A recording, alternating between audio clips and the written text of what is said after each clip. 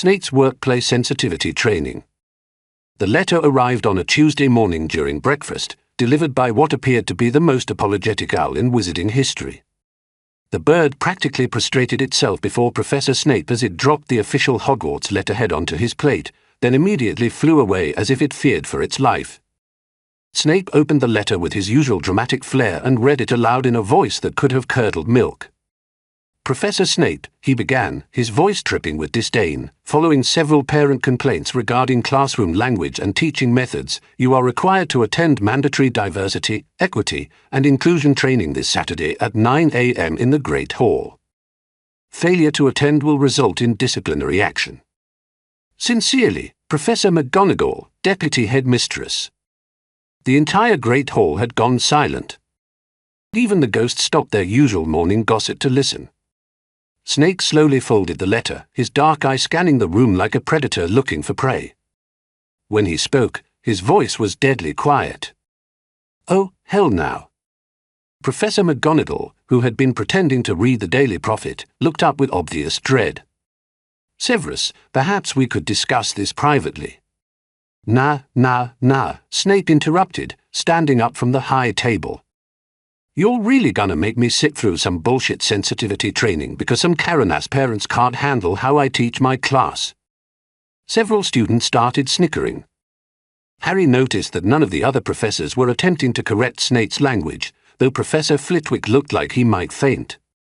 "Severus," McGonagall tried again, "the complaints were quite specific about certain terminology you've been using in class." "What terminology?" Snape demanded. "I've been teaching these little shits how to brew potions for 15 years, and now suddenly everyone got a problem with my methods." Hermione, who had been furiously taking notes for what Harry assumed was another intersectional analysis paper, raised her hand tentatively. "Professor, perhaps the issue is that some of your language choices could be considered unprofessional in an educational environment." Snape turned his attention to her with a look that could have melted steel. "Miss Granger, did I ask for your opinion on my professional conduct?" "Well, no, but—" "Then shut the fuck up." The entire hall gasped. Professor McGonagall looked like she was seriously considering early retirement. "Severus," she hissed. "That is exactly the kind of language the parents are complaining about." "What, now I can't tell students to be quiet?" Snape asked with mock innocence. "Damn, McGonagall, when did this place become so uptight?" From the Slytherin table, Draco Malfoy called out, "Professor Snape is right. Why should he have to change his teaching style just because some people can't handle reality?" "Thank you, Draco," Snape replied. "At least somebody in this place got some sense." Harry leaned over to Ramad, who was sitting beside them looking absolutely scandalized. "Why isn't anyone telling him to stop swearing?" Ramad whispered back, "I think they're all too afraid of being called racist." "That's ridiculous," Harry replied. "Having professional standards isn't racist."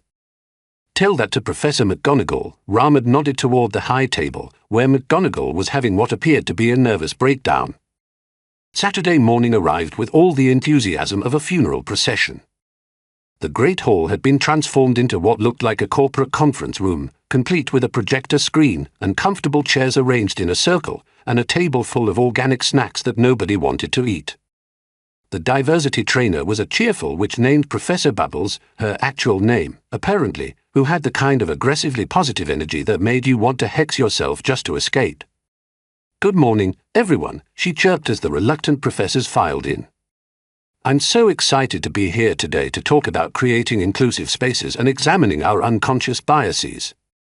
Snape slouched into a chair in the back row, wearing what appeared to be the baddiest robes he owned and a gold chain that definitely wasn't regulation Hogwarts attire. "This some bullshit," he announced to no one in particular. "I'm sorry." Professor Bubbles asked, her smile never wavering. "I said this is some bullshit," Snape repeated, louder this time. "Why I gotta sit through some fake-ass training when I've been teaching these kids just fine?" Professor Bubbles consulted her notes. "Well, Professor Snape, we've received several complaints about inappropriate language in your classroom." "Like what?"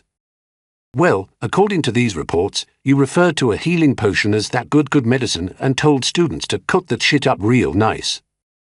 And? Snape challenged. Did the potion work?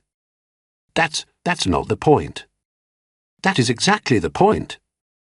These kids ain't learning nothing from your boring-ass lectures. But when I tell them to mix that fire potion till it's bubbling like a jacuzzi, suddenly they remember the damn lesson. Professor Flitwick raised a tiny hand.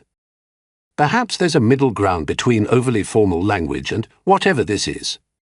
Snape fixed him with a withering stare. Flitwick, you've been putting kids to sleep with your squeaky-ass voice for 20 years. Don't come for my teaching methods when yours putting students in comas. Gentlemen, please, Professor Bubbles interrupted. Let's focus on constructive dialogue. Professor Snape, can you help us understand why you feel the need to use such colourful language? Colophine. Snape laughed. Lady, I ain't using colourful language. I'm using real language. These kids been coddled their whole lives with proper English and fancy words, and half of them can't brew a simple pepper-up potion without blowing themselves up. But when I tell them don't fuck up the stirring or you gonna poison your damn self, suddenly they pay attention. McGonagall looked like she was developing a migraine. Severus, surely you can see how parents might be concerned about their children being exposed to such vocabulary. McGonagall, these kids curse worse than I do when they think we ain't listening. At least I'm being honest about it.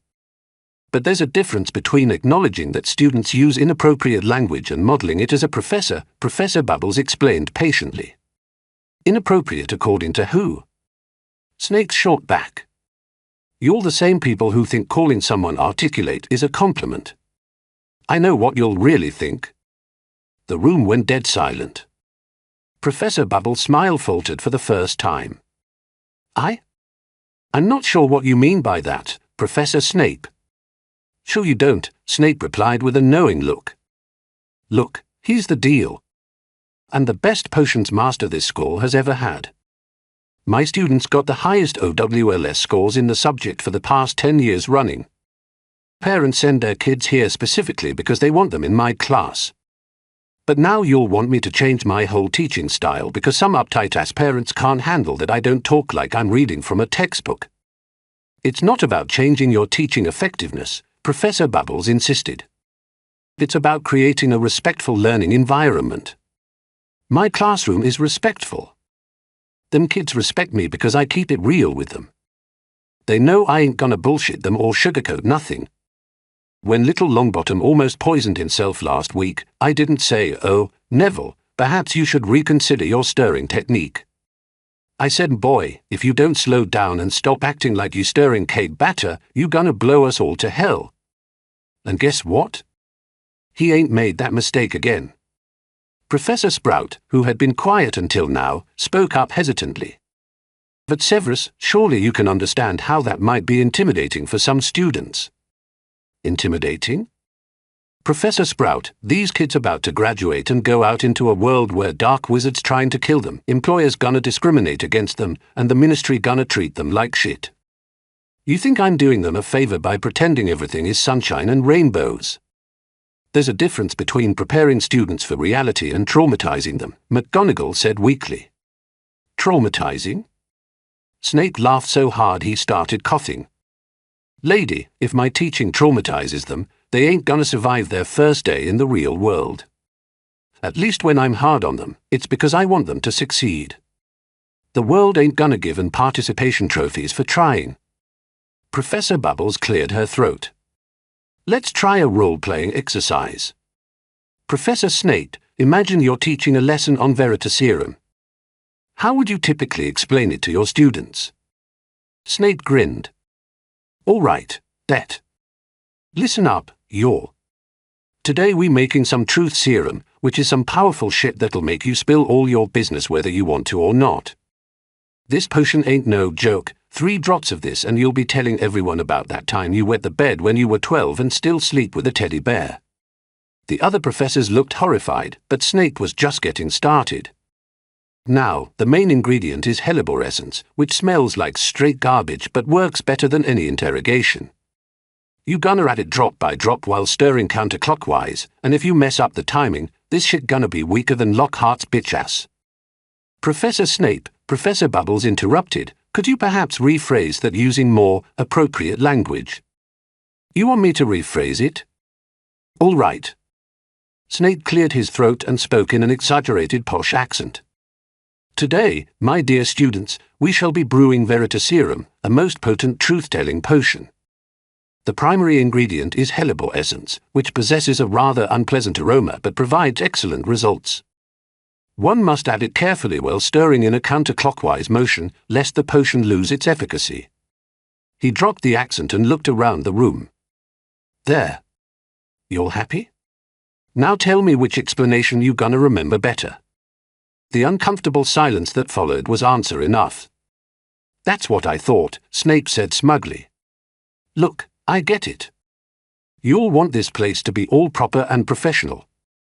But I ain't changing who I am because some parents got their feelings hurt. These kids learn from me because I'm real with them, not because I sound like I swallowed a dictionary. Professor Bubbles consulted her notes again.